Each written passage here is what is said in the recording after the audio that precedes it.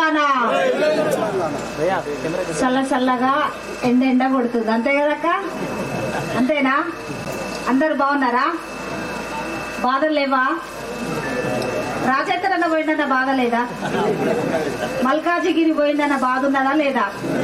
అందరి మనసులో గుండెలో అది ఆత్మీయులు అయితేనే ఆలోచన ఉంటుంది అందరికి, అంతే కదా? మరి హుజురాబాద్ నియోజకవర్గం కమలాపూర్ మండల ఎన్నికల ప్రచారంలో భాగంగా శంభునిపల్లె గ్రామానికి మీరు మెచ్చిన నాయకురాల్ని సర్పంచ్గా గెలిపించండి. నన్నైతే 25 ఏళ్లుగా కంటిన్యూ ఈ హుజురాబాద్ నియోజకవర్గాన్ని గెలిపించిండ్రు. నేను బలపరిచిన అభ్యర్థులు కూడా గెలిపించండి అని మీ ముందుకొచ్చిన పెద్దలు గౌరవనీయులు మల్కాజిగిరి పార్లమెంటు సభ్యులు అన్న ఈటల రాజేందర్ అన్న గారికి, అదేవిధంగా మాతో ఉన్న బీజేపీ సీనియర్ నాయకులకి, వనజ మంజుల గారి ఫుట్బాల్ గుర్తుకు ఓటేయాలని మరి ఈ ప్రచారంలో మీరందరూ వచ్చినందుకు మీ అందరు కూడా మరొకసారి పేరు పైన ఉద్యమ నమస్కారాలు తెలియజేస్తూ,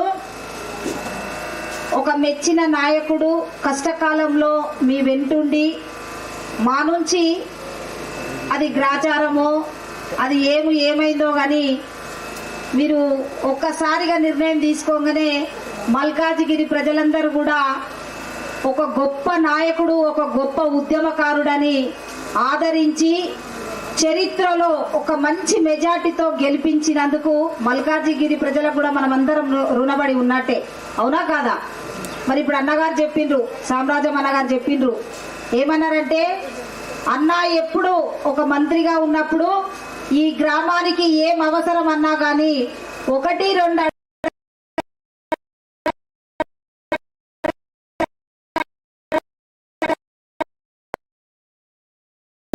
మీకు మాట్లాడిండో చెప్పిండో మీకు అర్థమైపోతుంది. రాజేందర్ అన్న లాంటి నాయకుడు మన నియోజకవర్గమే కాదు రాష్ట్రంలో దొరకడు, ఇది మాత్రం పక్కా.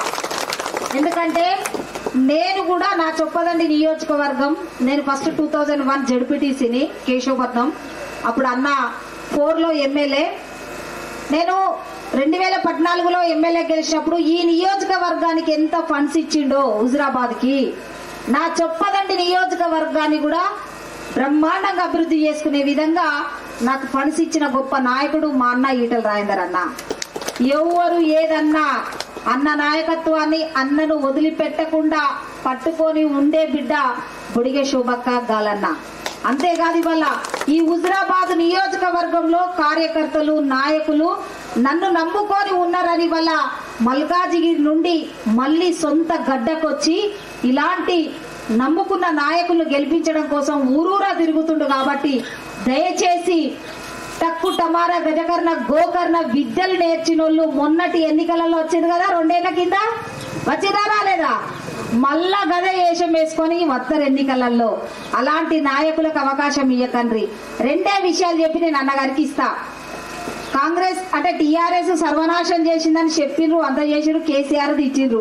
తిట్టి వీలేదో గొప్ప పనులు చేస్తారంటే మనం అంతా ఓట్లు వేసినాం. ఎవరికి వేసినాం? మొన్న టీఆర్ఎస్ కేసారు, కాంగ్రెస్ కేసారు, అంతే కదాక? ఇవాళ కాంగ్రెస్ ప్రభుత్వము ఏం మాట్లాడింది?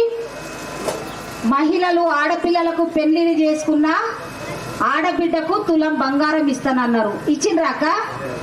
ఇచ్చిండ్రా? ఇవ్వలే. మా అక్కలకి, ఇళ్లలున్న అక్కలకే 2500 రూపాయలు ప్రతి అకౌంట్ లో ఒక మహిళకి వేస్తానన్నారు. వేసిండ్రాక? వేసిండ్రా? వేయలేదు. మా రైతులకి ఎకరానికి 15,000 రూపాయల చొప్పున రైతు బంధు ఇస్తానన్నారు. ఇచ్చిండ్రాక? ఇవ్వలే. ఇచ్చిండ్రాక? ఇవ్వలే. ఇలా తన్నుకొని పోయింది అకాల వర్షాలు వచ్చి. ఎకరానికి 10,000 ఇస్తానన్నారు. ఇచ్చిండ్రాక? ఇయ్యలే. అంతేనా కాదా? ఇక 6 గ్యారంటీలు ఒకటే ఇచ్చిండు, ఫ్రీ బస్సు. ఇక బస్సు గురించి మాట్లాడద్దు, ఎందుకంటే వాట్సాప్ ఏది ఓపెన్ చేసినా అవే వస్తున్నాయి. బస్సుతోని ఏమన్నా పని ఉందా? బతుకులు మారుతాయా అంటే అది మీకే తెలియాలి, ఇక మేమేం చెప్పాం, అవునా కాదా? ఇక ఇంకో పెద్ద మనిషి వచ్చిండు, ఏం మాట్లాడిండు రాజేందర్ అన్న మీద? అసలు ఈ కమలాపూర్ హుజరాబాద్ నియోజకవర్గమే అభివృద్ధి జరగలేదు. అసలు అభివృద్ధి అంటే ఇక నేనే చేస్తా, నేనే ఉన్న మోగోని, ఈసారి నాకు ఓట్లేయకుంటే మాత్రం మందాగి సత్తా నా సావుకు దండేసి పోను అనగా మీరంతా చల్లబడి ఆత్మగల గుణాలాయే చల్లబడి అవ్వ ఈ మనిషి సత్తడో ఏమో ఈ దండ సావుకేసే కంటే ఓటెత్త అయిపోతుంది అన్నట్టుగా ఓటేసి గెలిపిస్తే మీ ఊర్లలో గాని మీ నియోజకవర్గంలో గాని తట్టెడు మట్టి తీసిండా తీయలేదు. కానీ అలాంటి నాయకులు ఎన్నికలప్పుడే వస్తారు, ఎన్నికలప్పుడే మనలో బోల్తా కొడతారు, మాయ మాటలు చెప్తారు. ఇక అనొద్దు కానీ ఇక వాళ్ళకి వచ్చిన మాటలు ఎవరికి రావు. కాబట్టి దయచేసి అలాంటి నాయకులకి జీవితంలో చోటు ఇయ్యద్దు. మిమ్మలను నమ్ముకున్న నాయకులు, మీ ముందుండే నాయకులు, ఇవాళ గ్రామ సర్పంచ్ అంటే నా భాషలో నేను చెప్తా, ప్రతి ఒక్కరికి ఒక సేవకుడు లాంటోడు. మీరు పిలిస్తే పలికే ఒక నాయకులనే మీరు గెలిపించుకోవాలి.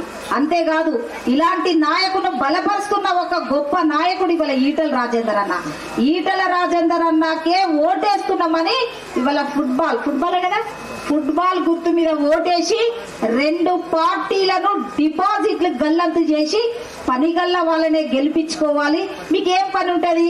ఇవాళ అన్న సీసీ రోడ్లు పోసిండు, అన్నే చెప్పిండు, ఇవాళ అన్ని పనులు చేసిండు సార్, అంతో ఇంతో మిగిలితే మళ్ళీ మీరే చేయాలా సార్ అన్నారు. మళ్ళీ మీరే రావాలని అంటారు. మీరే రావాలని మనసులో ఉన్నది కాబట్టే వీడికొచ్చి ఎండనక చలనక నిలబడ్డారు. అంతేనా కాదా? రాజేందర్ నన్ను చూడాలని వచ్చింది కదా, అవునా కాదా? 2 ఏళ్ళు అవుతుంది మాకు సార్ కనబడక, అవునా కదా? ఇది మంచి ఆదర్శ గల గ్రామం, అవునా? కాబట్టి ఏదున్నా ఒక మంచి నాయకుడిని మీరు 2 ఏళ్ళు దూరం చేసుకున్నారు, ఏం కాదు. రాబోయే రోజులు మీయే అనుకొని మీరు దయచేసి ఆలోచన చేసి అన్నగారు బలపరిచిన అభ్యర్థిని గెలిపిస్తే ఇక్కడ మళ్ళీ రాజేందర్ అన్న డెవలప్మెంట్ విషయంలో గాని కష్టకాలంలో గాని ఇవాళ అన్నగారు చెప్పిన విషయం, ఆర్వీఎం హాస్పిటల్ అంటేనే హుజరాబాదులది. నేను మా చొప్పదండలను ఒక 2 పంపించిన మలయాళంలో పంపిస్తే మా అన్న ఏమన్నాడు తెలుసా? హుజరాబాద్ ప్రజలకి ఫస్ట్ ప్రియారిటీ ఇవ్వాలి, ఎవరు వచ్చినా వాళ్ళు ఓడియలే.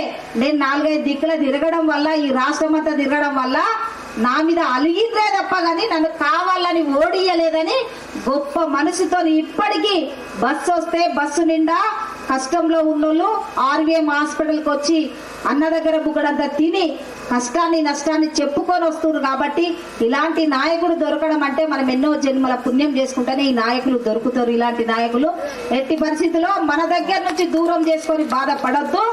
ఇక గాలి మాటలు చెప్పేటోళ్ళని గాలికే ఇడిచిపెట్టండి.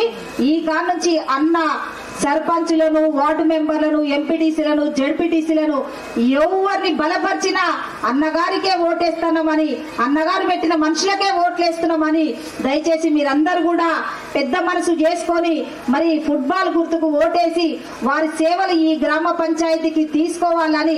మీకేం పని ఉంటుందక్క? ఒక ఎంఆర్ఓ ఆఫీస్, ఓ పోలీస్ స్టేషన్, ఒక ఎంపీడీఓ ఆఫీస్, ఒక పెన్షన్, ఈ పనులే గ్రామ సర్పంచ్. ఇక డెవలప్మెంట్ సీసీ రోడ్లు అవి ఇవనంటే మళ్ళీ రాజేంద్ర అన్న గారి సపోర్ట్ తోని దయతోని ఈ గ్రామం ఎట్లయితే ఆదర్శంగా తీసుకున్నారో ఆదర్శ గ్రామము ఇంకా డెవలప్మెంట్ చేసే అవకాశము అన్నగారు అడిగినారు కాబట్టి తప్పకుండా చేస్తారు. దయచేసి మీరందరూ కూడా మరొకసారి పెద్ద మనసు చేసుకొని ఫుట్బాల్ గుర్తేనా?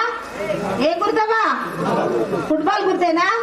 దయచేసి మీరు తప్పకుండా ఓటేసి అక్కగారిని గెలిపియాలని మరొకసారి రాజేందర్ అన్నను కూడా ఇవాళ అన్న ఒక మాట అంటాడు ఎప్పుడు కూడా, ఢిల్లీకి అంటే ఇవాళ కన్న తల్లి కొడుకు ఎంత స్థాయిలో ఎదిగినా కన్న తల్లి మర్చిపోదు, కొడుకు మర్చిపోడు, అవునా కాదా? అన్న ఇవాళ మల్కాజిగిరికి పోయినా నా హుజరాబాదు, నా నాయకులు, నా ప్రజలనే కదా ఇవాళ వచ్చిండు, అవునా కాదా? కాబట్టి మీకు ఒకటి తెలుసాక, అంటే మగవాళ్ళకు ఎక్కువ తెలుస్తుంది, మీరు కూడా చూడండి. భారతదేశంలో హైయెస్ట్ ఓట్లు ఉన్న పార్లమెంట్ అంటే మల్కాజిగిరి పార్లమెంటే.